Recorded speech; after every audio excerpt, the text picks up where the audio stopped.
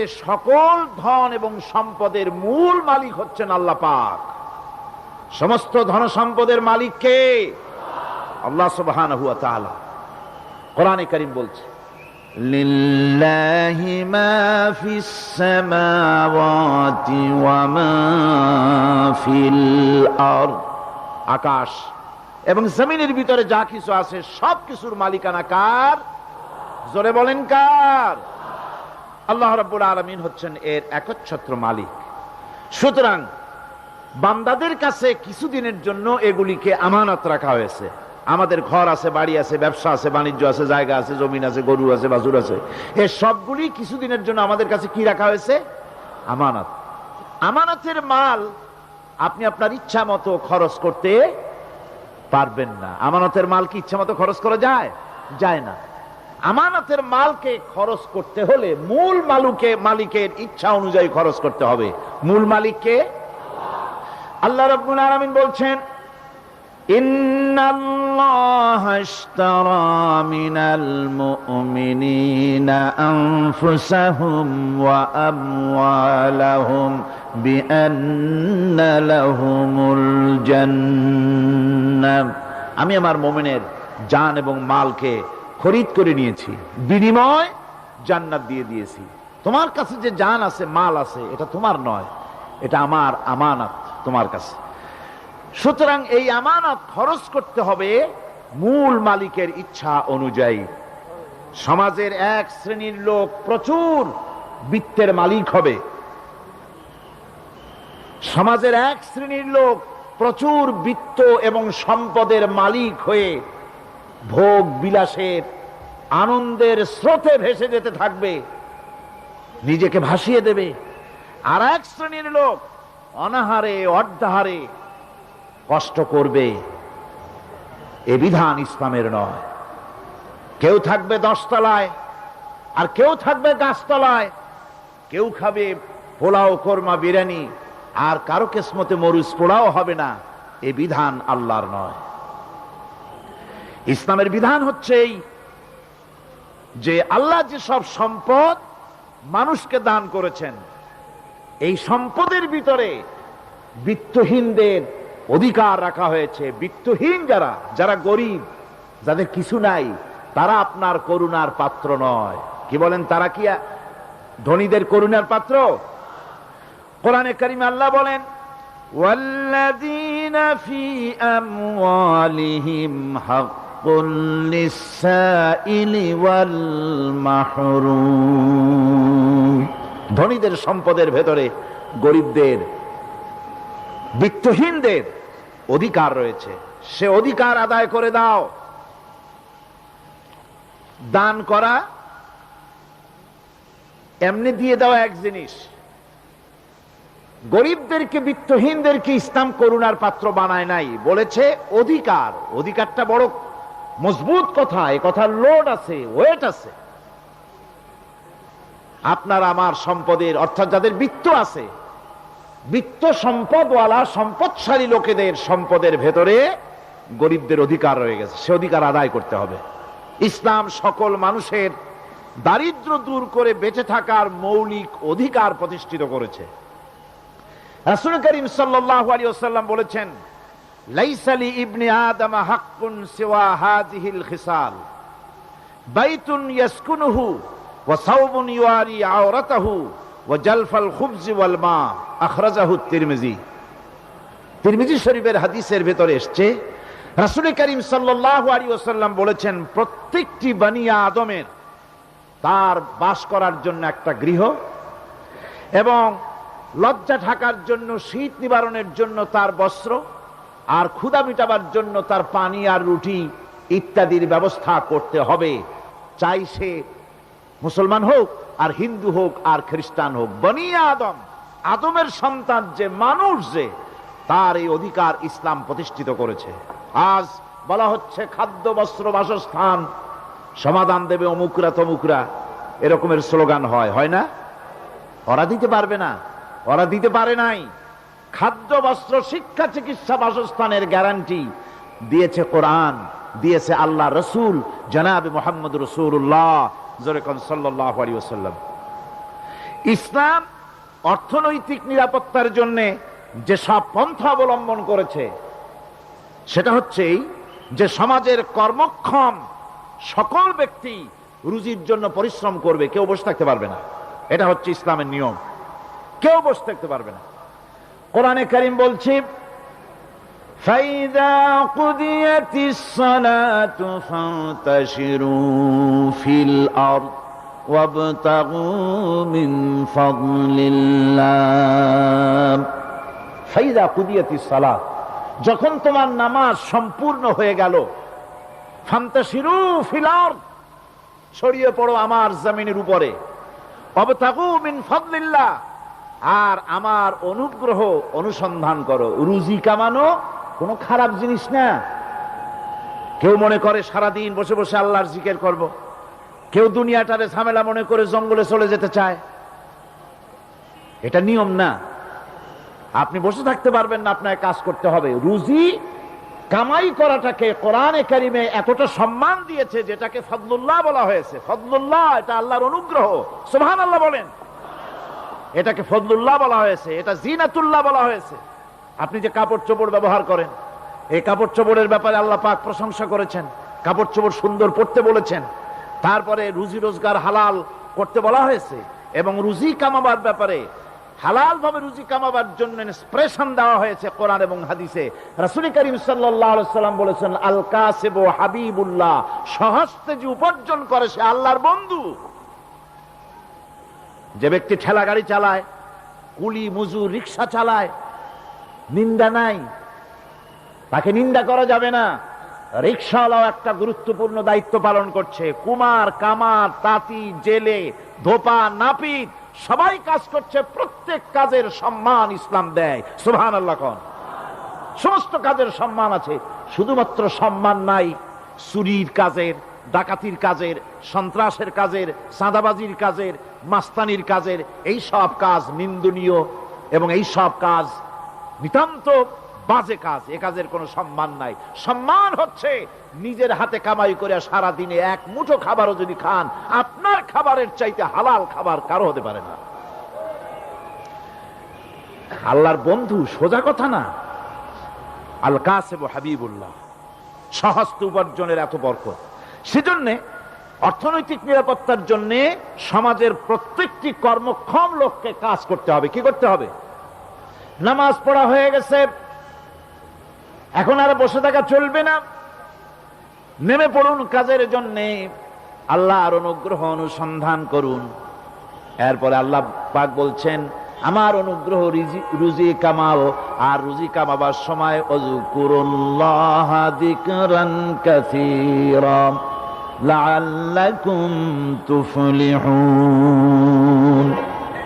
আর জিকির করবা আমার বেশি, আমার জিকির করবা।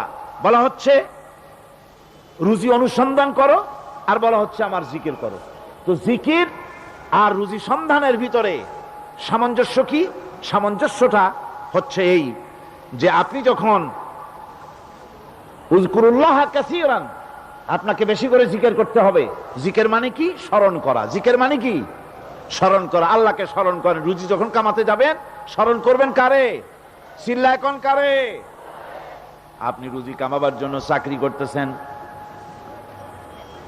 অফিসে বসে যদি আল্লাহ রাব্বুল আলামিন আপনার স্মরণে থাকে, তাহলে ঘুষ খাওয়া আপনার জন্য সম্ভব হবে না। কথা ঠিক কিনা?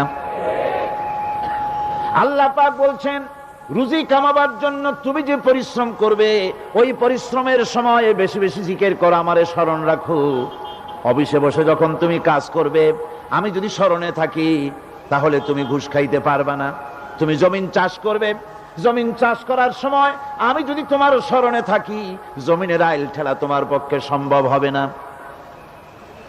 যত রকমের রুজি রোজগারের পথ আছে, আমাকে স্মরণ করো, খারাপ পথ থেকে বাঁচো, হালাল ভাবে রুজি কামাও। হালাল রুজির ভিতরে আল্লাহ রব্বুল আলামিন বরকত দিয়া দিবেন। আর কাজ করার জন্য বলা হয়েছে। রাসূল করিম সাল্লাল্লাহু আলাইহি ওয়াসাল্লাম বলেছেন ইজা সাল্লাইতুমুল ফাজরা ফালা তানুমু আন তালবি আরযাকিকুম। ফজরের নামাজ পড়া হয়ে গেছে, ঘুমায়ও না। আমাদের একটা আম অভ্যাস হয়ে গেছে ফজরের নামাজ পড়ে ঘুমানো। হাদিস শরীফে বলা হচ্ছে ফজরের নামাজ পড়া হয়ে গেছে, ঘুমায়ও না, রুজি তালাশ করো, রিজিক তালাশ করো, নিজের সাহায্য করো, অন্যকে সাহায্য করো, নিজের সংসারের জন্য কাজ করো, অন্যের জন্যও করো। হালাল ভাবে রুজি কামাই করে বউকে একটা ব্লাউজ কিনে দিয়েছেন, একটা শাড়ি কিনে দিয়েছেন, বাচ্চাকে ক্লাসের বই কিনে দিয়েছেন, বাজার থেকে মাছ তরিতরকারি কিনে। অক্ষম ব্যক্তিদেরকে সহযোগিতা করবে, যারা নাকি উপার্জন করতে পারে না ওই জাতীয় লোকদেরকে তারা সহযোগিতা করবে। ওয়াকফুলু গানিয়ুহুম ফাকিরাহুম, সেই সমাজের যারা নাকি সামর্থ্যবান তারা রোজগার করবে এবং গরিবদেরকে সহযোগিতা করবে। আল্লাহর নবী বলেছেন সে ব্যক্তি মুমিন নয়, সে ব্যক্তি মুমিন নয়, সেই ব্যক্তি মুমিন নয়। সাহাবায়ে কিরাম হতচকিত হয়ে উঠলেন, প্রশ্ন করলেন নবীজি কোন ব্যক্তি মুমিন নয়? আল্লাহর নবী বলেন যেই ব্যক্তি পেট পুরে আরাম করে ঘুমায় গেল এ কথা জানার পর যে তার প্রতিবেশী না খেয়ে শুয়ে আছে, ক্ষুধার যন্ত্রণায় কাতরাচ্ছে, এ কথা জানার পরে যেই মুসলমান ব্যক্তি আরাম করে পেট ভরে খেয়ে ঘুমায় সে কখনো মুমিনের দাবি করতে পারে না, মুমিন হতে পারে না। কত বড় কথা! ইসলাম মানুষকে তাগিদ করেছে তার প্রতিবেশীর উপরে লক্ষ্য রাখার জন্য, তার প্রতিবেশীকে লক্ষ্য রাখার জন্য, গরিব মানুষের প্রতি লক্ষ্য রাখার জন্য। রাসূল করিম সাল্লাল্লাহু আলাইহি ওয়াসাল্লাম বলছেন আইয়ু রাজুলিন মাতা দিয়ান বাইনা আগনিয়ায় ফাকাদ বারিয়াত মিনহুম জিম্মাতুল্লাহি ওয়া রাসূলি। আল্লাহর নবী বলেন কোন ধনী ব্যক্তিদের মাঝে কোন গরিব প্রতিবেশী যদি না খেয়ে মারা যায় তাহলে ওই এলাকার বিত্তশালী লোকদের সাথে আল্লাহর সমস্ত সম্পর্ক, রাসূলের সব সম্পর্ক ছিন্ন হয়ে যায়। কে বলতে পেরেছে এত বড় কথা? মানুষের অর্থনৈতিক নিরাপত্তার জন্য কত বড় কথা বলেছে ইসলাম, বলেছে বিশ্বনবী জনাবে মুহাম্মদ রাসূলুল্লাহ সাল্লাল্লাহু আলাইহি ওয়াসাল্লাম। আল্লাহ রাব্বুল আলামিন বলেন ধনীদের হাতে যেন সম্পদগুলি পুঞ্জীভূত হয়ে না যায়, কাইলা ইয়াকুনা দুলাতাম বাইনাল আগনিয়াই মিনকুম, তোমাদের ধনীদের হাতে যেন সম্পদগুলি, সমাজের সম্পদগুলি যেন পুঞ্জীভূত না হয়, সেগুলি বরং ছড়িয়ে আস্তে করে যেন সমস্ত গরিব যেন সাধারণের কাছে যেতে পারে সে ব্যবস্থা করতে হবে। যাকাত প্রদানের মাধ্যমে ধনীদের কাছ থেকে নিয়ে গরিবদেরকে দিয়ে দিতে হবে। আর বুখারী শরীফের সারা ফাথুল বারীতে হাফেজ ইবনে হাজার আসকালানী রাহিমাহুল্লাহ তিনি বলেছেন যাকাত যদি ধনীরা না দেয়, যদি কেউ দিতে বাধা দেয়, ফামানিমতানা উখিযাত বিহি কাহরান, যদি যাকাত না দেয় জবরদস্তি করে যাকাত আদায় করে নিবে গভর্নমেন্ট, যাকাত দিতেই হবে। মুনকিরিনে যাকাত যারা যাকাত দিতে অস্বীকার করেছিল, হযরতে সিদ্দিক আকবর, হযরতে আবু বকর সিদ্দিক রাদিয়াল্লাহু তাআলা আনহু, তিনি তাদের সম্পর্কে বলেছিলেন ওয়াল্লাহি লাউ কাতিলান্না মান ফাররাকা বাইনাস সালাতি ওয়াজ যাকাত, অবশ্যই আমি ওই সম্প্রদায়ের লোকের বিরুদ্ধে যুদ্ধ ঘোষণা করব যারা নামাজ আর যাকাতের মধ্যে পার্থক্য সূচিত করবে, যারা নামাজ তো পড়বে কিন্তু যাকাত দিবে না সরকারের কাছে, যাকাত আদায় করবে না, তাদের বিরুদ্ধে যুদ্ধ ঘোষণা করব। ইসলামী সরকার যদি প্রতিষ্ঠিত হয় তাহলে এই যাকাত আদায় করা হবে। যাকাত কেউ নিয়ে বসে থাকতে পারবে না, যাকাত আদায় করা হবে। আমাদের দেশে নিয়ম মাফিক যদি যাকাত আদায় করা হতো, এই দেশ যদি ইসলামী গভর্নমেন্ট হতো, আল্লাহ যেন দয়া করে দেন, কন্যা আমিন। আল্লাহ পাক যদি দয়া করে দেশটারে ইসলামী রাষ্ট্র বানায় দেন তাহলে যাকাত তো আদায় করে নেওয়া হবে, যাকাত দিতে আপনি বাধ্য, গরিব মানুষ থাকবে না। এখনো বাংলাদেশে নিয়ম মাফিক যদি যাকাত আদায় করা হয়, নিয়ম মাফিক মানে সোনার যাকাত, রূপার যাকাত, নগদ ক্যাশের যাকাত, ফসলের ওষুধ সঠিকভাবে যদি আদায় করা হয় তো একেবারে কম করে হলেও 1000 কোটি টাকা যাকাতের টাকা কালেকশন হতে পারে। এটা কি কম কথা? 1000 কোটি টাকা, এই টাকা আদায় করা হচ্ছে না। এই টাকা আদায় না করার কারণে যে শূন্যতার সৃষ্টি হচ্ছে, এই ভ্যাকুয়ামকে পূর্ণ করার জন্য এগিয়ে এসেছে 7 সমুদ্র 13 নদীর উপর থেকে এনজিওরা। এনজিওরা এসে আমাদের দেশে, সব এনজিও খারাপ আমি তা বলি না, বহু এনজিও আছে যারা এদেশের উন্নয়নের, আর্থসামাজিক উন্নয়নের জন্য তারা প্রচেষ্টা করছে, রাস্তাঘাট, স্কুল কলেজ, চিকিৎসা ইত্যাদির দিকে কাজ করছে। যতগুলি এনজিও আমাদের দেশে আছে তার ভিতরে 52টা এনজিও গোনা বাছা যারা ইসলামের প্রকাশ্য দুশমন, আর এর শীর্ষস্থানে আছে ব্রাক। এই এনজিও গুলি তারা আমাদের দেশে এসে সুদি কারবার শুরু করেছে, পরিপূর্ণভাবে সুদের কারবার। ব্যাংকের থেকে যদি আপনি লোন নেন তাহলে 15 or 17% ইন্টারেস্ট দিতে হবে, আর ওদের কাছ থেকে যে সুদ, যে টাকা নেওয়া হয় সেই টাকায় গ্রামীণ ব্যাংক থেকে শুরু করে ব্রাক বলেন, কারিতাস বলেন, অক্সফাম বলেন, অ্যাডাপ বলেন, যেগুলি আছে এগুলি সুদ নেয় 30 থেকে 34% পর্যন্ত। গোটা জাতিকে গ্রাম পর্যায়ে তারা সুদের নিবিড় চাষ করতেছে, ঘরে ঘরে সুদ পৌঁছে দিয়েছে, মুসলমান নারীদেরকে বেহুরমতি করেছে, ইসলামের ঐতিহ্য ধ্বংস করতেছে, নারীদেরকে বিপর্দা করতেছে, আমার দেশের ফ্যামিলি স্ট্রাকচারকে এনজিওরা ধ্বংস করে দিচ্ছে।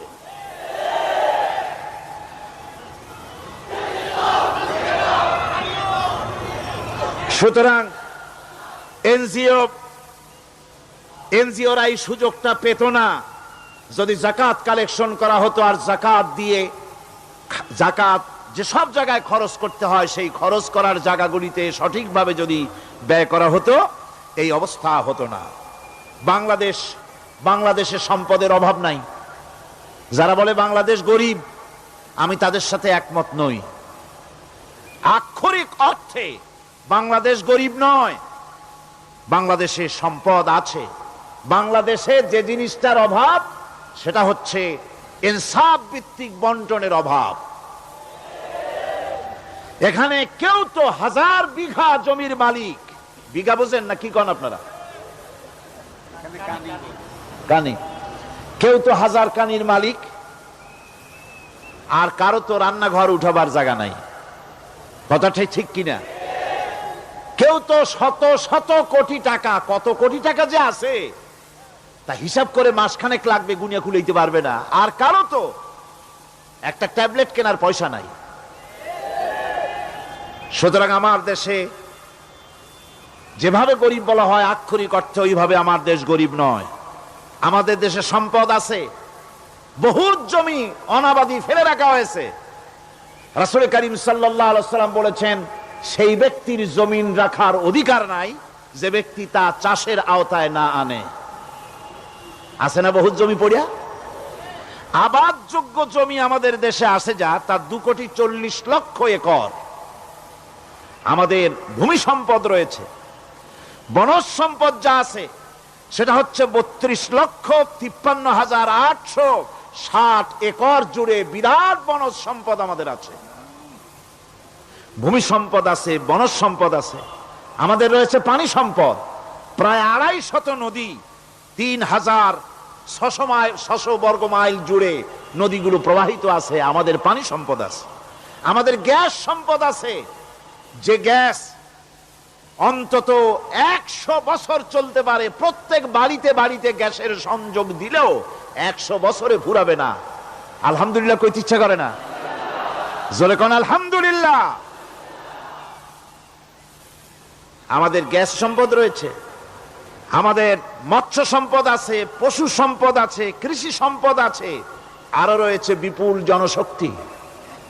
জনশক্তিকে আজ সবচাইতে বার্ডেন মনে করা হয়।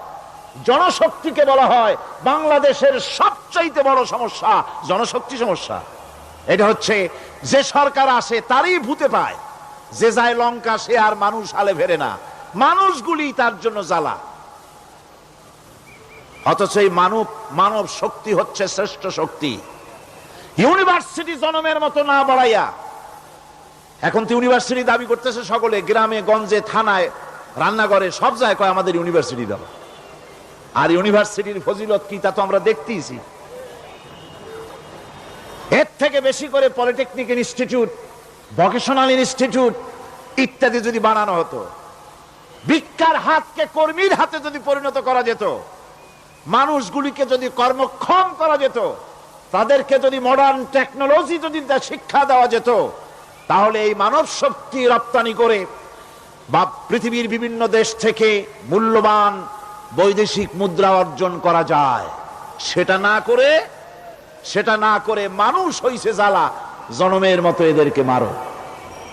এটা হচ্ছে ট্রেনের থার্ড ক্লাস প্যাসেঞ্জার্স মেন্টালিটি। সেটা কিরকম? সেটা হচ্ছে ট্রেনে যখন মানুষ চলে তৃতীয় শ্রেণীতে, একবার উঠে বসলে সে অন্যের জন্য জায়গা ছাড়ে না। জায়গা খালি আছে, আরেকজন আসে বললে ভাই আমার একটু বসতে দাও, কয় না ভাই এখানে লোক আছে। আসলে কিন্তু লোক নাই। আপনি যদি বলেন যে সেই লোক আসলে আমি জায়গা ছেড়ে দেবো, ততক্ষণ তো বসি। আপনি বসলেন, এরপরে আপনি তো বুঝছেন যে লোকটা ফাঁকিতেছে, ওই চিন্তা আপনার মধ্যেও ঢুকবে, আরেকজন আসবে বসার জায়গা আছে, আপনি বলবেন না এখানে জায়গা নাই। ট্রেনের থার্ড ক্লাস প্যাসেঞ্জারদের যে মন মানসিকতা, বর্তমান মুসলিম দেশগুলির সরকার প্রধানেরা ঠিক ট্রেনের থার্ড ক্লাস প্যাসেঞ্জারদের চাইতেও থার্ড ক্লাস। মানব শক্তিকে কাজে লাগাবার চিন্তা না করে উল্টা চিন্তা তারা করছেন। এত সম্পদ থাকা সত্ত্বেও বাংলাদেশ আজ যে অভাব সৃষ্টি হয়েছে তা কৃত্রিম, এবং তা সৃষ্টি হয়েছে এটা এর একমাত্র দায়ী এর জন্য রাজনৈতিক ষড়যন্ত্র। রাজনৈতিক ষড়যন্ত্রের কারণেই এই অভাব সৃষ্টি হয়েছে। গোড়া থেকেই আমাদের দেশটি ষড়যন্ত্রের শিকার। প্রথমে ব্রিটিশ বেনিয়ারা 200 বছর পর্যন্ত গোলামির জিনজির পরিয়ে দিয়েছে।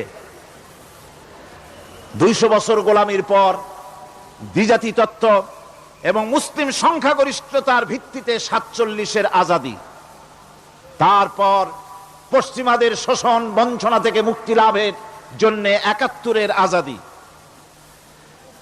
এরপরে দেশের 90% হচ্ছে মুসলমান। 90% কারা?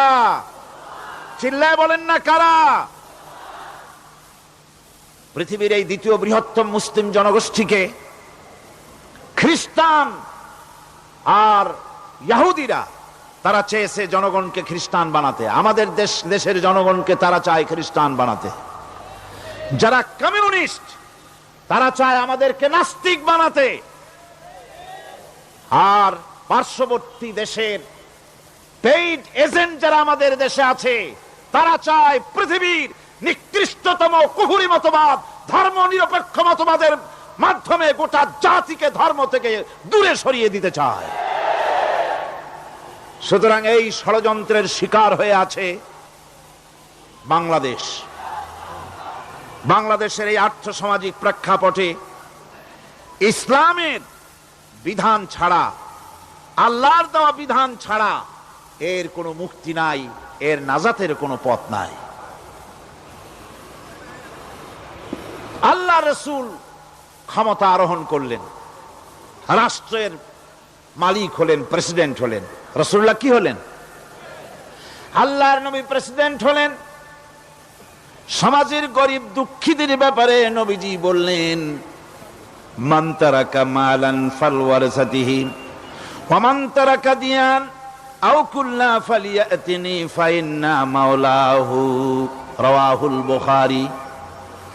নবীজি বলেন, যে ব্যক্তি মারা গেল, মরে যাওয়ার পর তার যে সম্পদ থাকবে, এই সম্পদগুলি সে যে সন্তান স্ত্রী পুত্র যাদের রেখে গেছে তা তাদের জন্যে।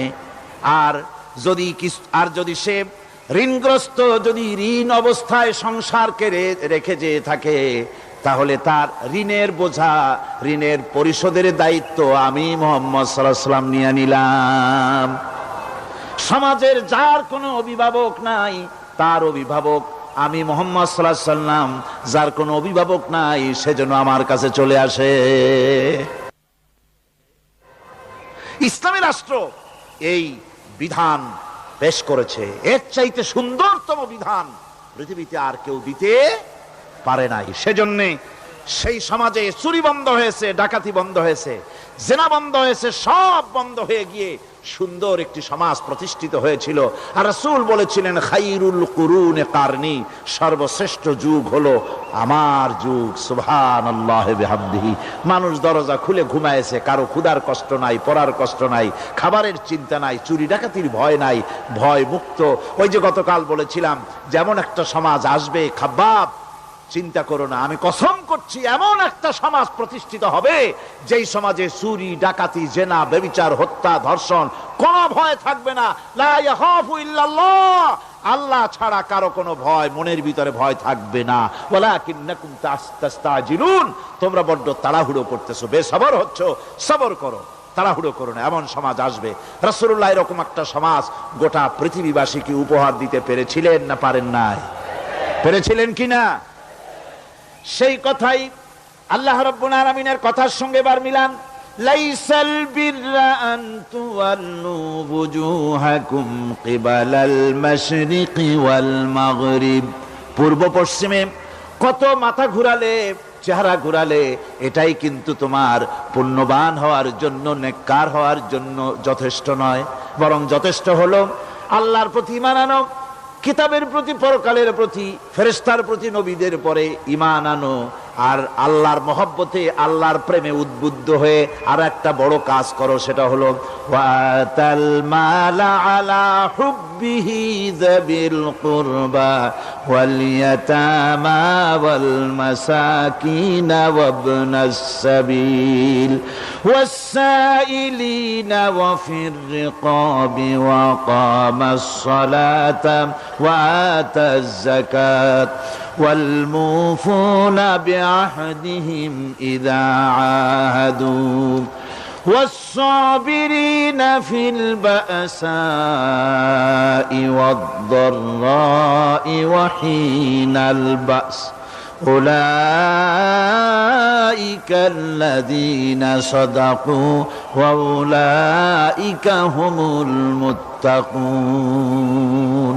আরেকটি গুরুত্বপূর্ণ কাজ করতে হবে আল্লাহ পরকালে বিশ্বাস করার সাথে সাথে, সেটা হলো এই, তোমাদের জানের মতো প্রিয় ধন এবং সম্পদকে আল্লাহর মহব্বতে খরচ করতে হবে। সেজদা দিয়া কপালে দাগ লাগাইছো, কিন্তু প্রতিবেশীকে সাহায্য করো নাই, গরিবদেরকে দাও নাই, এতিমকে দাও নাই, বোনকে ঠকাইছো, মেয়েকে ঠকিয়েছো, তোমার ওই সেজদায় কিয়ামতে কাজ দিবে না। প্রকৃতপক্ষের নেককার পুণ্যবান হওয়ার জন্য গরিব জনসাধারণকে সহযোগিতা করতে হবে। এরপরে মাঝখান থেকে যেটা বাদ দিয়েছিলাম, বলেছিলাম নামাজ এবং যাকাত। আমি যাকাতটা কালকে আগে নিয়ে এসেছিলাম, নামাজটা ছিল আগে। সেই নামাজটা যেহেতু আলাদা একটা বিষয় হবে, আর যাকাতটা সাদকার সাথে সামঞ্জস্য আছে, সেই জন্য যাকাত আর সাদাকার কথাটা একসঙ্গে মিলাই বলেছিলাম। এখন শুরু করছি নামাজ। সালাত, সালাত এর আবিধানিক অর্থ হচ্ছে কোন জিনিসের দিকে মুখ ফিরানো। সালাতের অর্থ হচ্ছে নিকটবর্তী হওয়া, মুখ ঘুরানো, মুতাওয়াজ্জা হওয়া। ওই যে হযরত ইব্রাহিম আলাইহিস সালাম বলেছিলেন, ইন্নী ওয়াজ্জাহতু ওয়াজহিয়া লিল্লাযী ফাতারাস সামাওয়াতি ওয়াল আরদ। জানেন আপনারা? পড়েন, ইন্নী ওয়াজ্জাহতু ওয়াজহিয়া লিল্লাযী ফাতারাস সামাওয়াতি ওয়াল আরদা হানিফা ওয়া মা আনা মিনাল মুশরিকিন। নিশ্চয় আমার মুখ ঘুরায় দিলাম কার দিকে? যিনি আকাশ এবং জমিনের স্রষ্টা, সব কিছুর মালিক যিনি, তার দিকে আমি মুতাওয়াজ্জা হলাম। নামাজের অর্থই হচ্ছে মুতাওয়াজ্জা হওয়া, মুখ ঘুরিয়ে দেওয়া, চেহারা ঘুরিয়ে দেওয়া। আর নামাজের আরেক অর্থ হচ্ছে নিকটবর্তী থেকে আরো নিকটবর্তী হওয়া। আমরা কি নিকটবর্তী হতে চাই? না বুঝলে কবেন কি? নিকটবর্তী হইতে চাই কার? আল্লাহ। আমরা কি আল্লাহর নিকটবর্তী হতে চাই? আল্লাহ রাব্বুল আলামিন বলেন, নিকটবর্তী হতে হলে ওয়াসজুদ ওয়াকতারিব, সেজদা দাও আর সেজদার মাধ্যমে আমার নিকটবর্তী হয়ে যাও। সেজদা দিলেই আল্লাহর নিকটবর্তী হওয়া যায়। কোন সুবহানাল্লাহ। সাহাবী, আল্লাহর নবীর সাহাবী প্রশ্ন করেছেন, নবীজি, বান্দা কখন আল্লাহর নিকটবর্তী হয়ে যায়? নবীজি বলেছেন, বান্দা যখন সেজদা দেয় তখন আল্লাহর বান্দার মাঝে কোনো হিজাব থাকে না, একদম আল্লাহ পাকের নিকটবর্তী হয়ে যায় বান্দা যখন সেজদায় পড়ে যায়। সুতরাং নামাজ হচ্ছে নিকটবর্তী হওয়া, সালাত এটা হচ্ছে নিকটবর্তী হওয়া। নামাজ ফরজ হওয়ার কারণ হচ্ছে এই যে মানুষ আল্লাহর বান্দা বা গোলাম হিসেবে সৃষ্টি হয়েছে, তাই একমুখী হয়ে রবের বন্দিগি করা এটা হচ্ছে তার স্বাভাবিক একটা প্রকৃতি। আল্লাহ রাব্বুল আলামিন এই প্রকৃতির দাবি মিটাবার জন্যই নামাজের ব্যবস্থা করেছেন। মানুষের ফিতরত, মানুষের নেচার, মানুষের ফিতরত হচ্ছে এই যে কারো না কারো কাছে মাথা নত করা, হাত জোড় করা, মাথা নত করা, সার্বভৌমত্বের মালিক কাউকে মনে করা। হাত জোড় করতে হলে, মাথা নত করতে হলে, সার্বভৌমত্বের মালিক হিসেবে কাউকে গ্রহণ করতে হলে আল্লাহর বিকল্প কেউ আছে নাকি? ইসলামের মূল দাওয়াতটা হলো ফিতরাত অনুযায়ী দাওয়াত দেওয়া হয়েছে। মানুষ যেন মাথা নত করে, গোলামি করে। এজন্য আল্লাহ রাব্বুল আলামিন বলেছেন যে আমি মানুষ এবং জিনকে সৃষ্টি করেছি, তার কারণটাই হলো মা খালাকতুল জিন্না ওয়াল ইনসা ইল্লা লিয়াবুদুন। মানুষ আর জিন জাতিকে সৃষ্টি করা হয়েছে ইবাদতের জন্য, গোলামির জন্য। ইবাদত আর গোলামি এটাই করতে হবে, গোলামি করতে হবে, দাসত্ব করতে হবে। আর এই দাসত্ব, আল্লাহর আনুগত্য, এই গোলামির দাওয়াত দিয়েছেন দুনিয়ার সব নবীরা। কোন নবী বলেন নাই যে আমার গোলামি করো। কেউ বলেছেন? বলেন জোরে, কেউ বলেছেন? আল্লাহ পাক বলেন, ওয়ালাকাদ বা'আসনা ফি কুল্লি উম্মাতির রাসূলা আন ইবুদুল্লাহা ওয়াজতানিবুত তাগুত। প্রত্যেক জাতির জন্য আমি রাসূল প্রেরণ করেছি, তারা মানুষকে দাওয়াত দিয়েছেন এই কথা বলে যে এক আল্লাহর গোলামি করো, তিনি ছাড়া কোনো ইলাহ নাই, আইন দাতা নাই, বিধান দাতা নাই, তার গোলামি, তার সামনে মাথা নত করে দাও। আর প্রত্যেক নবীর যুগেই নামাজ রোজা শরীয়তের মধ্যে ছিল। নামাজ রোজা কম বেশি প্রত্যেক নবীর জামানায় আল্লাহ পাক এটাকে বাধ্যতামূলক করেছিলেন। নামাজ, রোজা, যাকাত সব নবীদের জন্য বাধ্যতামূলক ছিল, তার উম্মতের জন্য বাধ্যতামূলক ছিল। নামাজ হচ্ছে তাওহীদের অবশ্যম্ভাবী এক বহির্প্রকাশ। তাওহীদের জন্য তাওহীদবাদী মানুষ যারা, তাদেরকে নামাজ আদায় করতেই হবে। আকীদা বিশ্বাসের দিক থেকে তাওহীদ যদি হয় পুরা দ্বীনের মূল উৎস, তাহলে আমলের দিক থেকে নামাজ হচ্ছে পুরা দ্বীনের মূল ভিত্তি। নামাজ হচ্ছে আমলের মূল ভিত্তি। এর বাস্তবায়ন ছাড়া দ্বীন পূর্ণ হয় না। নামাজ মুমিনের কেবলমাত্র একটি উত্তম আমলই নয়, বরং নামাজ হচ্ছে ঈমানের মূল ভিত্তি। যার কাছে নামাজ নাই তার কাছে কিছুই নাই। রাসূল করিম সাল্লাল্লাহু আলাইহি ওয়াসাল্লাম বলেছেন যে নামাজ যে ব্যক্তি পড়ে না, আল্লাহ পাকের সাথে তার কোনো সম্পর্ক বাকি থাকে না। সুতরাং এই নামাজটা হচ্ছে এই যে একমাত্র একাগ্র চিত্তে আদবের সাথে আল্লাহর সামনে রুজু হয়ে যাওয়া। কোরআনে কারীম বলছে মুনিবিনা ইলাইহি واتقوه وأقيموا الصلاة ولا تكونوا من المشركين তোমরা আল্লাহর দিকে রুজু হয়ে যাও এবং তাকে ভয় করে অন্যায় কাজ থেকে বিরত থাকো আর নামাজ কায়েম করো, মুশরিকদের অন্তর্ভুক্ত হয়ে যেও না। নামাজ কায়েম করা, নামাজের আদেশ কোরআনে কারীমের মধ্যে আল্লাহ পাক বহু জায়গায় করেছেন।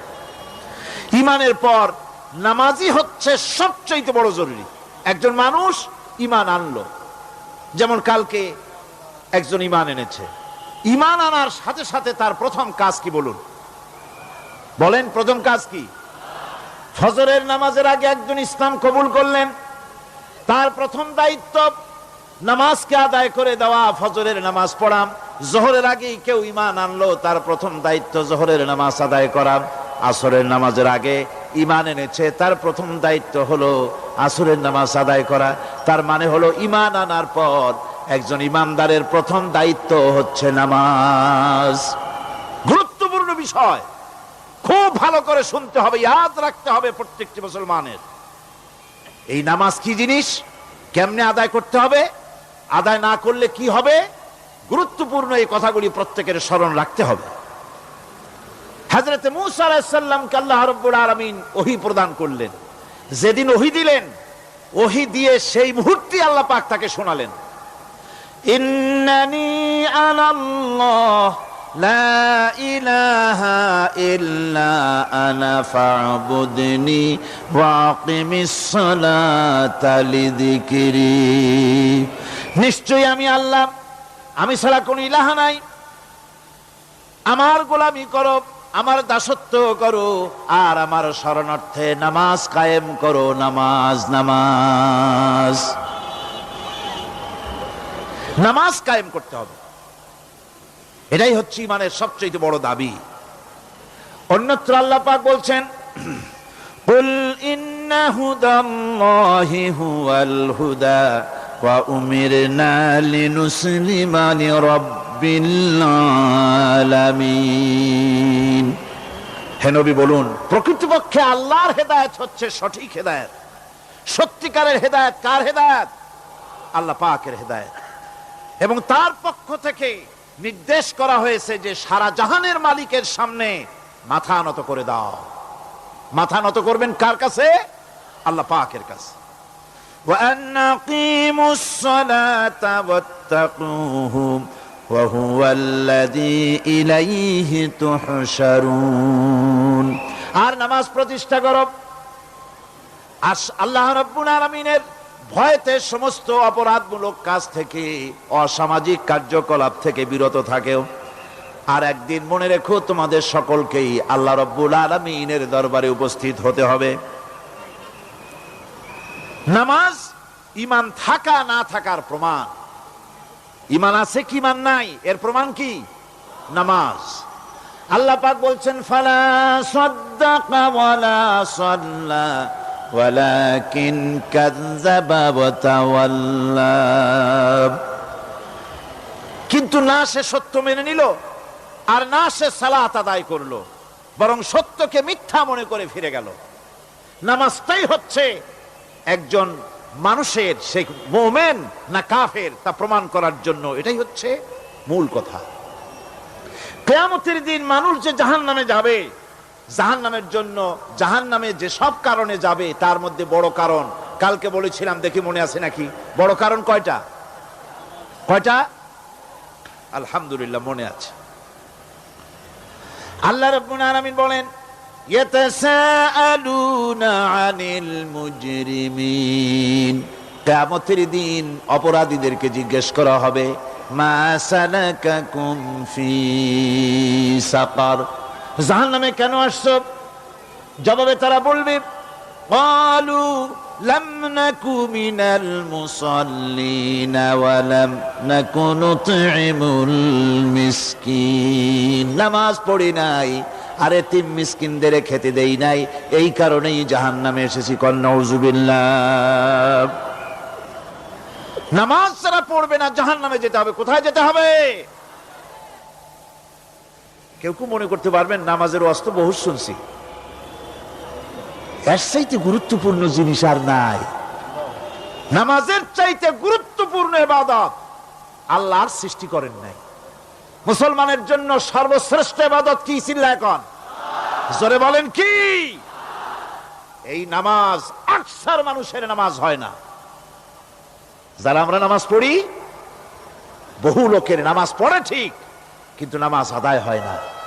আমি সে কথা বলবো সামনের দিকে, প্রাণ খুলে শুনবেন, কাজে লাগবে ইনশাআল্লাহ। কোন ইনশাআল্লাহ? আকীদাগত দিক থেকে ঈমান হলো তাওহীদের স্বীকৃতি, আর আমলের দিক থেকে নামাজ হচ্ছে তাওহীদের বহিঃপ্রকাশ। আপনি মুসলমান তা প্রমাণ হবে নামাজ দিয়ে। নামাজহীন ঈমানের দাবি মূল্যহীন। যার নামাজ নাই তার ঈমানের দাবি করার কোনো মূল্যই নেই।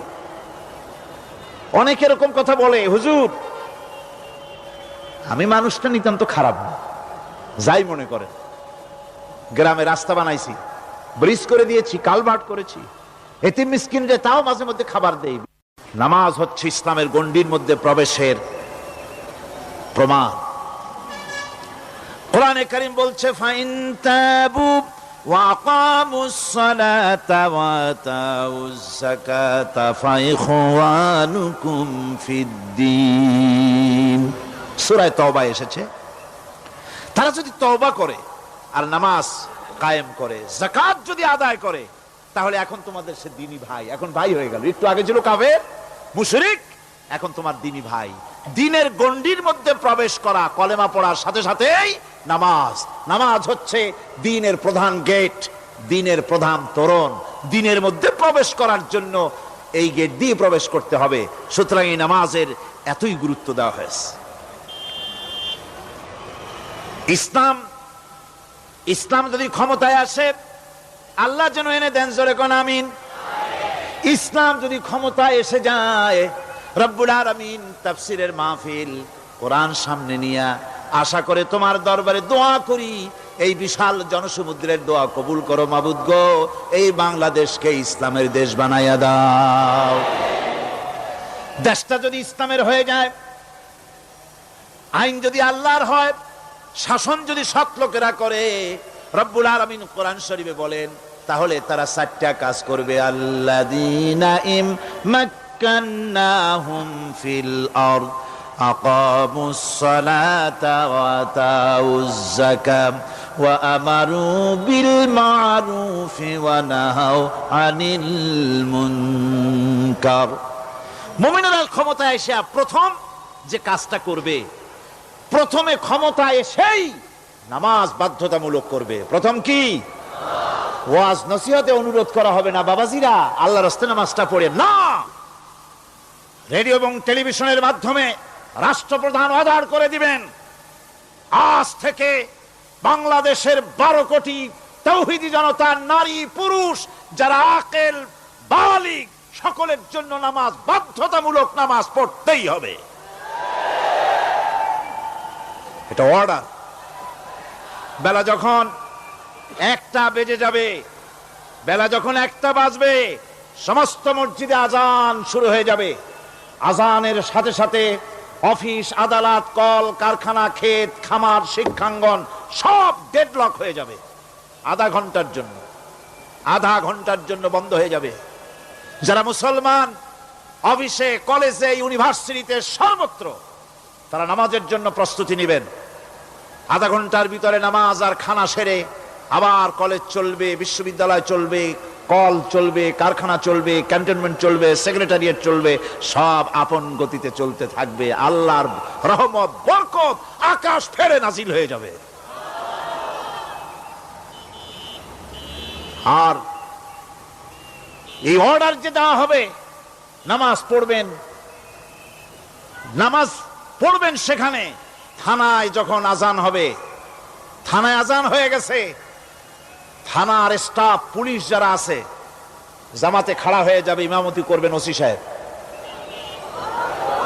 এসপির অফিসে এসপি সাহেব ইমামতি করবেন, ডিসি সাহেব তার অফিসে ইমামতি করবেন, মন্ত্রী সেক্রেটারিয়েট ইমামতি করবেন, প্রেসিডেন্ট বঙ্গভবন ইমামতি করবেন, বিশ্ববিদ্যালয়ের ভাইস চ্যান্সেলরের ইমামতিতে সে জায়গার মুসলমান ছাত্র ছাত্রী, শিক্ষক শিক্ষয়িত্রী এক জামাতে নামাজ আদায় করবে।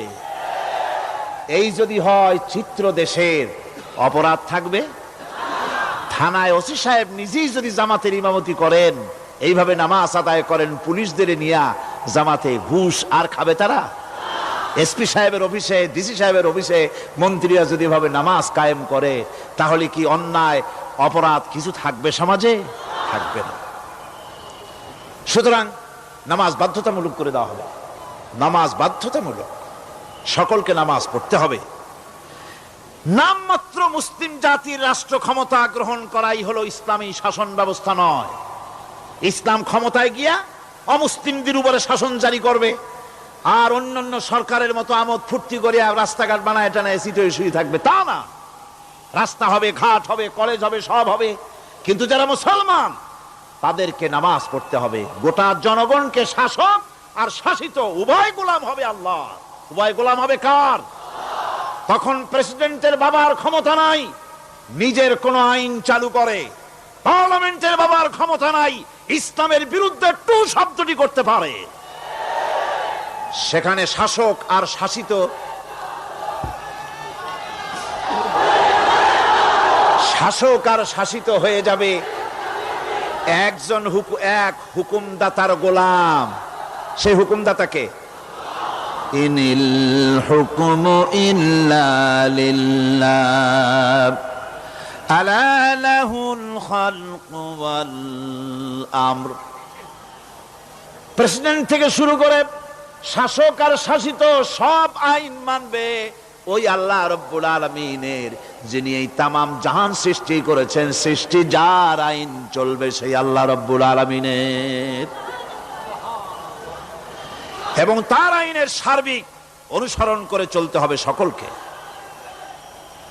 এক কথায় ইসলামী সরকারের সমস্ত ক্ষমতা ব্যয় হবে নামাজ কায়েম করা আর যাকাত আদায় করার ব্যাপারে। নামাজ যদি কায়েম হয়ে যায়, যাকাত যদি আদায় করা হয়, দুঃখ, দারিদ্র, কষ্ট কিছুই থাকবে না, বেকার সমস্যা থাকবে না। সমস্ত বেকারদেরকে চাকরি না পাওয়া পর্যন্ত বেকার ভাতা দেওয়া হবে। বুড়ো মানুষেরা যখন বুড়ো হয়ে যায়, ছেলের কাছে আদর নাই, বউর কাছে কদর নাই, আর ছেলে বউ বদদোয়া করতে থাকে, বুড়েরা মরে না কেন? আছে না আমাদের সমাজ? ইসলামী সরকার এলে পরে এই বৃদ্ধ মানুষদের ব্যবস্থা করা হবে।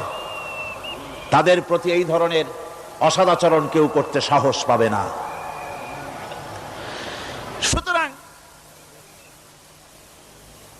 নামাজ প্রতিষ্ঠা এবং যাকাত আদায় হলেই সমাজের অন্যায় অবিচার যা আছে তার 12 আনাই বিলুপ্ত হয়ে যাবে। কোন আলহামদুলিল্লাহ। তখন চাকরিতে প্রমোশন হবে নামাজের ভিত্তিতে। এখন প্রমোশন হয় কে কত ঘুষ খাইতে পারে, কে কত সরকারের দালালি করে বিবেকের বিরুদ্ধে বিরোধী দলকে বেশি করে পেটাতে পারে, এর উপরে ভিত্তি করে প্রমোশন হয়। ইসলামী সরকার যখন আসবে, ইসলামী সরকার যখন প্রতিষ্ঠিত হয়ে যাবে, তখন চাকরির প্রমোশন নির্ভর করবে তার সুন্দর চরিত্র আর নামাজের পাবন্দির উপরে ভিত্তি করে। সমাজে দুঃখ দুর্দশা থাকবে? যেরকম থাকবে, থাকবে না। আমার ভাইয়েরা, নামাজ হচ্ছে আল্লাহ রাব্বুল আলামিনের সাহায্য লাভের একমাত্র মাধ্যম। আল্লাহর কাছে যদি সাহায্য পেতে চাই তাহলে নামাজ লাগবে। লাগবে কি কোন?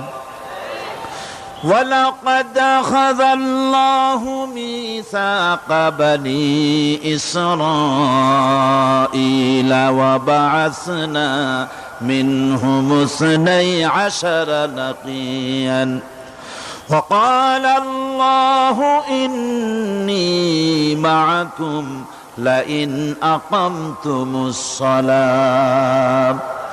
আল্লাহ পাক বলেন, বনি ইসরাইলদের নিকট আমি ওয়াদা নিয়েছিলাম, তোমরা যদি মানুষদেরকে অসামাজিক কার্যকলাপ থেকে যদি তোমরা ফিরাইতে পারো, মানুষদেরকে অসামাজিক কার্যকলাপ থেকে তোমরা ফিরাবে। 12টা গোত্রের জন্য 12 জন নকিব নির্দিষ্ট করে দেওয়া হলো, তাদের দায়িত্ব দেওয়া হলো। মানুষদেরকে, সমাজের লোকদেরকে অন্যায় কাজ থেকে তারা ফিরাবে, ভালো ভালো কাজ করার জন্য তাদেরকে আদেশ করবে, অসামাজিক অধর্মীয় কাজ থেকে বাঁচাবার চেষ্টা করবে। এইটা যদি তোমরা করো তাহলে আমি তোমাদের সাথে আছি। শর্ত হলো একটা, তোমাদেরকে নামাজ কায়েম করতে হবে। নামাজ যদি কায়েম করো আমার মদদ তোমাদের জন্য অবধারিত হবে। নামাজ প্রতিষ্ঠা করলেই আল্লাহর সাহায্য লাভ করা যায় জীবনের সকল ক্ষেত্রে। নামাজ হচ্ছে অপকর্মের প্রতিবন্ধক। নামাজ পড়লে অন্যায় কাজ থেকে বাঁচার পথ। অন্যায় থেকে বাঁচাই কিসে? নামাজ। আল্লাহ রাব্বুল আলামিন বলেন, উতলু মা উহিয়া ইলাইকা মিনাল কিতাবি ওয়াকিমিস সালাম ইন্নাস সালাতা তানহা আনিল ফাহশাই ওয়াল মুনকার। হে নবী, এই কিতাব তেলাওয়াত করো, যা তোমার প্রতি অবতীর্ণ করা হয়েছে, এই কিতাব তেলাওয়াত করো আর নামাজকে প্রতিষ্ঠা করো। নিঃসন্দেহে নামাজ মানুষকে পাপাচার থেকে বাঁচায়া দেয়। অশ্লীলতা, পাপাচার থেকে মানুষকে বাঁচায় কে? জোরে চিল্লায় কোন কে? নামাজ। এই নামাজ মানুষকে অন্যায় কাজ থেকে বাঁচায় দেয়। নামাজ যে মানুষকে অন্যায় কাজ থেকে বাঁচায়, কেমনে বাঁচায়? আমরা যে নামাজ পড়ি, এই নামাজে তো আমাদেরকে অন্যায় কাজ থেকে বাঁচাইতে পারে না। নামাজি বহুত মানুষ আছে অন্যায় করে, করে কিনা কোন? না করে না? করে। নামাজি অথচ অন্যায় করে। আর আল্লাহ বলছেন নামাজিকে, নামাজ তাকে অশ্লীলতা থেকে ফিরায়। তাহলে কথা কারটা ঠিক? আল্লাহরটা। জোরে বলেন, কারটা ঠিক? অবশ্যই আমার আল্লাহর কথা হক। আমি ভুল করতেছি, আমি যেন কোথাও ভুল করতেছি, সামথিং ইজ রং, কোথাও যেন আমরা ভুল করে বসতেছি, সেই ভুলটা কি আমরা আবিষ্কার করতে চেষ্টা করবো ইনশাআল্লাহ। প্রথম যে কথাটা সেটা হচ্ছে এই যে আমরা যা নামাজে পড়ি আমরা তা বুঝি না। কথা ঠিক কিনা? আমি যদি এখন প্রশ্ন করি সামি আল্লাহু লিমান হামিদা অর্থ কি কোন? ফার্স্ট ডিভিশনে কয়েকটা লেটার নিয়ে ফেল করবেন এরকম লোক আছেন না নাই? সুবহান রাব্বিয়াল আলা অর্থ কি জানি না। সুবহান রাব্বিয়াল আযীমের অর্থ কি জানি না। দোয়া কুনুত অর্থ কি জানি না। তাশাহুদ অর্থ কি জানি না। সূরা ফাতিহার অর্থ কি জানি না। এমন কি উযুর মধ্যে কয়টা ফরজ তাও অনেকের জানা নাই। কথা কি বেশি বললাম না ঠিক বলছি? একজনের জিজ্ঞেস করলো, মিয়া উযুতে কয় ফরজ? কয় হুজুর কি মনে করেন যে বুঝি জানি না? এটা তো সাধারণ ব্যাপার, বলেন না কয় ফরজ? কয় উযুতে তো 17 ফরজ। কি কি? কয় হাত ধোয়া, পাও ধোয়া, মুখ ধোয়া, নাক ধোয়া, চোখ ধোয়া, জিহ্বা ধোয়া, মাথা ধোয়া। বলতে বলতে গুনে দেখা গেল প্রায় 19টার মতো বলছে। বলা হলো, মিয়া বললেন আপনি উযুতে ফরজ 17টা, কইলেন আপনি 19টা। কয় হুজুর জানি আরো, বলি না আপনাদের ভয়তে। উযু জানে না, নামাজ জানে না, তাকে এই নামাজ কেমনে ফিরাবে অন্যায় কাজ থেকে? কথা বুঝতে পেরেছেন? নামাজে কি পড়ি? নামাজে দাঁড়ায় গেলাম, আল্লাহু আকবার অর্থ কি? চিল্লায় কন্না আল্লাহু আকবার। এরকম না, মুসলমানের মতো গলা ছেড়ে দিয়ে চিৎকার দিয়ে বলেন আল্লাহু আকবার। এই আল্লাহু আকবার, আল্লাহ সর্বশ্রেষ্ঠ, তার চাইতে বড় আর কেউ নাই।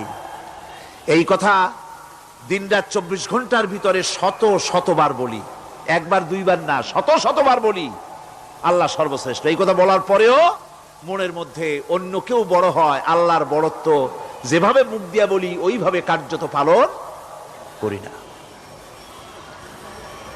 নামাজে আল্লাহু আকবার বললাম, এরপরে সানা পড়লাম, তারপরে সূরা ফাতিহা পড়লাম। সূরা ফাতিহার ভিতরে যে সমস্ত কথাগুলি বললাম সেই কথাগুলি বুঝি না, কি বলেছি তাও জানি না।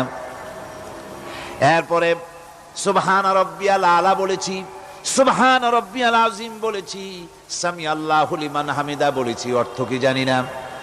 আল্লাহ তা শুনতে পান, যে ব্যক্তি আল্লাহর প্রশংসা করেন তিনি তা শুনতে পান। নামাজের মধ্যে আইডিয়া দেওয়া হচ্ছে, তুমি যে আল্লাহর জন্য নামাজ পড়তেছো, প্রশংসা করতেছো, এটা এমন নয় যে আল্লাহ পাক দেখছেন না বা শুনতেছেন না। তুমি যা বলতেছো, প্রশংসা করতেছো, আল্লাহ পাক তা শুনতে পাচ্ছেন। সামি আল্লাহু লিমান হামিদা। সুবহান রাব্বিয়াল আলা, আমি মহান সর্বশ্রেষ্ঠ আল্লাহ রাব্বুল আলামিনের পবিত্রতা ঘোষণা করছি, আমি তার প্রশংসা করছি। সূরা ফাতিহার কি আমরা বলি আপনারা ব্যাখ্যা দেখে বুঝে নিয়েন, সেগুলি আমি এখানে বলে বাকি কথা সব শেষ করতে পারবো না। এরপরে আমরা নামাজের মধ্যে দোয়া কুনুত পড়ি। সেই দোয়া কুনুতে যে কি ওয়াদাটা করি, অন্তত আমার তো মনে হয় সাধারণ মানুষের মধ্যে 99.9 লোকেরা জানে না দোয়া কুনুতে কি পড়ে, অর্থ বোঝে না। দোয়া কুনুতের মধ্যে বলা হচ্ছে আল্লাহুম্মা ইন্না নাস্তাঈনুকা, আয় আল্লাহ আমি তোমার কাছে সাহায্য চাই। কার কাছে সাহায্য চাই? আল্লাহর কাছে সাহায্য চাই। নামাজের ভিতরে বলতেছেন, এই কথা যদি অর্থ আপনি জানতেন যে তোমার কাছে সকল ব্যাপারে সাহায্য চাই তোমার কাছে, এই কথাটা যদি মনে প্রাণে বুঝতেন, তাহলে দুনিয়ায় কোনো মাজারে গিয়া মরা জিন্দা মানুষের কাছে গিয়া নিজের ছেলে মেয়ে চাইতেন না, চাকরির উন্নতি চেতেন না। আপনি নামাজের ভিতরে বলতেছেন আপনার কাছে, আয় আল্লাহ আপনার কাছে সর্বপ্রকারের সাহায্য আপনার কাছে চাই। নামাজের ভিতরে কিসের মধ্যে বলতেছেন? বিশ্বাস যদি করতেন, যদি বুঝতেন, তাহলে যত বড় পীর আসুক দেশ থেকে আর বিদেশ থেকে, সন্তান চাওয়ার জন্য পাগল হয়ে পায়ের উপরে পড়ে থাকতেন না, আল্লাহর কাছেই চাইতেন। কার কাছে চাইতেন? এরপরে বলতেছেন আস্তাগফিরুকা, তোমার কাছে ক্ষমা চাই, গুনাহ করেছি, অনেক গুনাহ করেছি, তোমার কাছে ক্ষমা চাই, কারণ সাহায্য করতে পারো তুমি, গুনাহ মাফ করতে পারো তুমি। গুনাহ মাফ করার ক্ষমতা কি আছে পৃথিবীর কারো? আকাশে জমিনে আল্লাহ ছাড়া মানুষের গুনাহ কেউ মাফ করতে পারে? এরপরে বলতেছি ওয়ানুমিনু বিকা, আয় আল্লাহ আমি তোমার উপর ঈমান এনেছি, পরিপূর্ণভাবে তোমার উপরে ঈমান এনেছি। ওয়ানাতাওয়াক্কালু আলাইক, আর তোমার উপরেই কেবলমাত্র ভরসা করেছি। ঈমান এনেছি তোমার উপরে, ভরসা করছিও তোমার উপরে। এই কথাগুলি যদি আমরা বুঝতাম, তাহলে আত্মাটা বড় হয়ে যেত, মাথাটা আল্লাহ ছাড়া কারো সামনে নত হতো না। ঠিক না বেটি? আল্লাহ ছাড়া কারো সামনে মাথা নত হতো না। আল্লাহর উপরই ভরসা, তোমার উপর ভরসা করছি, তোমার উপর ঈমান এনেছি। এরপরে বলছি ওয়ানুসনি আলাইকাল খায়র, সর্বপ্রকার কল্যাণের সাথে তোমার প্রশংসা করতেছি। ওয়ানাশকুরুকা, আর তোমার কৃতজ্ঞতা স্বীকার করছি, আমি তোমার শুকর আদায় করি, সর্ব ব্যাপারে তোমার শুকর আদায় করি। আর কি করি? ওয়ালা নাকফুরুকা, আমি কুফরি করি না, অকৃতজ্ঞ নই, আমি তোমার কৃতজ্ঞ বান্দা, আমি অকৃতজ্ঞ নই। একথা আপনি নামাজের মধ্যে বলেন, কিন্তু কৃতজ্ঞতা স্বীকার করেন না। আল্লাহ যে ছেলে দিয়েছে শুকর আদায় করেন না, আল্লাহ যে সুন্দরী বউ বা ভালো বউ দিয়েছেন শুকর আদায় করেন না, আল্লাহ সন্তান দিয়েছে শুকর আদায় করে না, আল্লাহ রাব্বুল আলামিন চাকরি দিয়েছেন, বাড়ি দিয়েছেন, জায়গা দিয়েছেন, জমিন দিয়েছেন, যৌবন দিয়েছেন, স্বাস্থ্য দিয়েছেন, শুকর আদায় করে না। আল্লাহ পাক বলেন, বান্দারে যে অবস্থায় থাকো শুকর আদায় করো। লা ইন শাকারতুম লাযীদান্নাকুম ওয়া লা ইন কাফারতুম ইন্না আযাবী লাশাদীদ।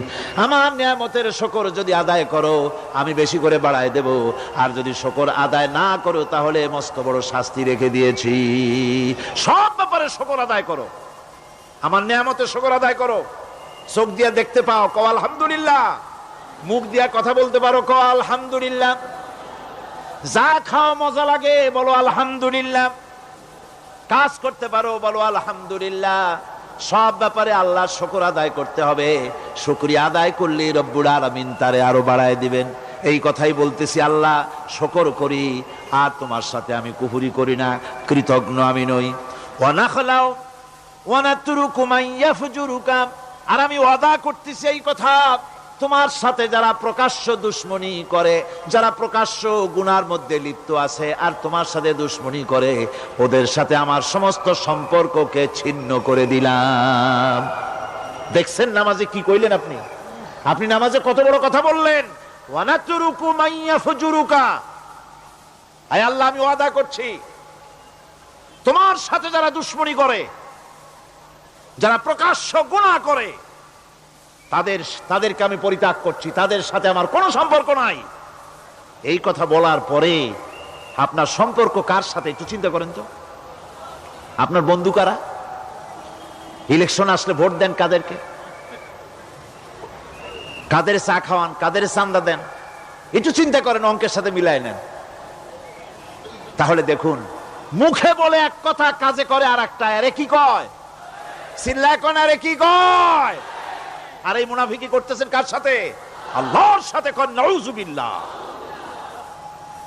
নামাজে কি পড়েন সেটা যদি জানতেন, অবশ্যই আল্লাহ রাব্বুল আলামিনের কথা কার্যকরী হয়ে যেত।